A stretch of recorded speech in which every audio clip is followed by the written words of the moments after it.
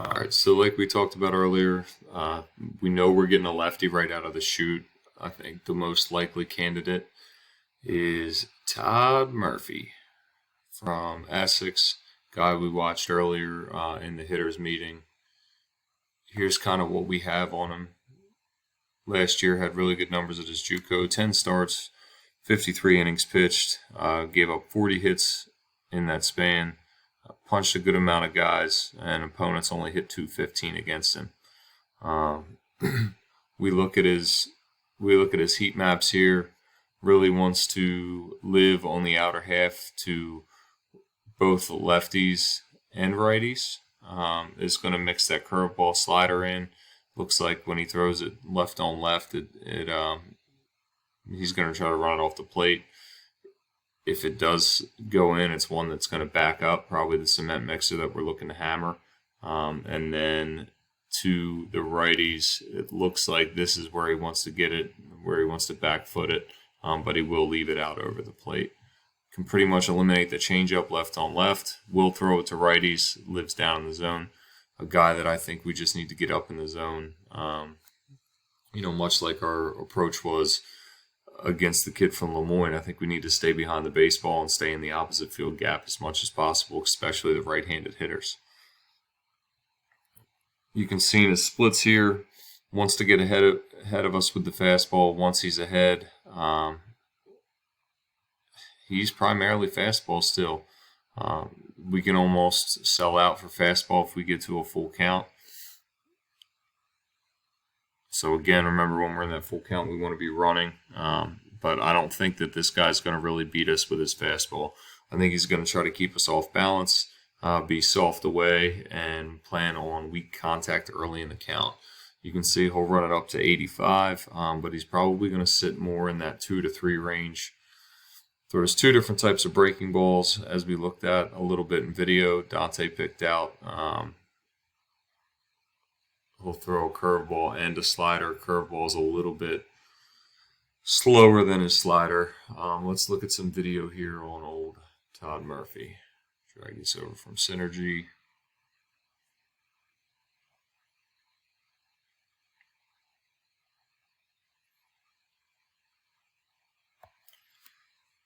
Here's a good look at the fastball from center field view. Doesn't look like it's anything crazy. A little two-seam action, maybe a little bit of sink to it. He will miss arm side. Again, he's going to try to stay away. If he comes in, I think it's because he pulls a fastball and he misses like he did right there. But he wants to live out over the plate. That's where his bread and butter is.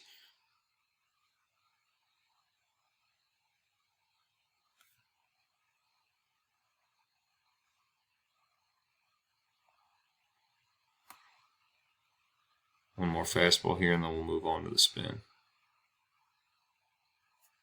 Yank there, went middle.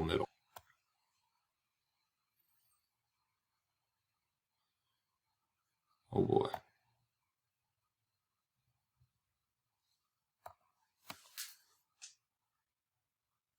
Here we are, left on left spin. Just going to try to run that away. See if we can get some right on right action here.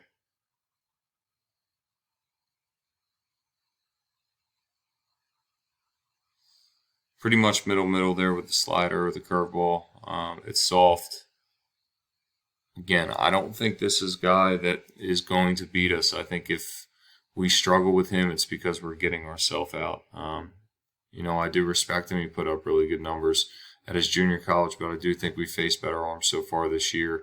He's going to have a wrinkle to him, no doubt, but just a guy I think if we stay disciplined to our approach and try to be in that backside gap, that's really going to help us out, especially if we stay on the fastball middle away. We're going to be able to carry that bat speed off the slider and drive that ball into the pull side gap.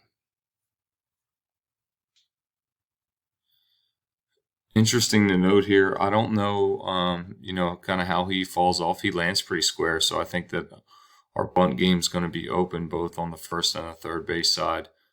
Being a lefty, I do think, we tack on early. We're going to have the opportunity to safety squeeze on him a good bit. a guy that I want to make sure, just like we talked about, we want to make sure that we put pressure on them defensively. I do think that is the weak part of Frostburg's game, is on the defensive side of the ball. So really looking forward to seeing everybody in the morning. Good bus ride down, and then attack the day. Keep this train rolling.